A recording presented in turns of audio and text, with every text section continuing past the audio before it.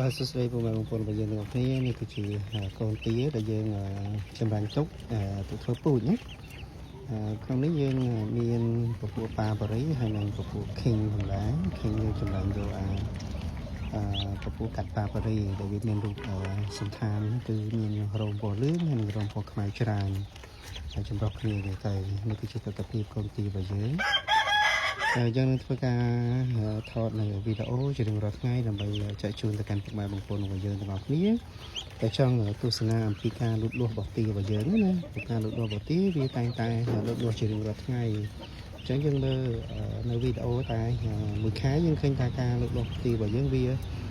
ល្អប្រសើរហើយអូខេអរគុណច្រើនគ្រប់នឹងជម្រាបលាហើយសម្រាប់ពុកម៉ែបងប្អូនរបស់យើងចង់ទស្សនានៅវីដេអូទៅនឹងការចិញ្ចឹមទាអាចចូលទៅកាន់ Facebook រស្មី Farm ឬក៏ Facebook រស្មី Farm 2ហើយ TikTok ដូចគ្នាដែរ TikTok រស្មី Farm ជាមួយនឹង Channel YouTube គឺរស្មី Farm ដូចគ្នាផងដែរបាទសូមអរគុណច្រើនសូមគោរពលា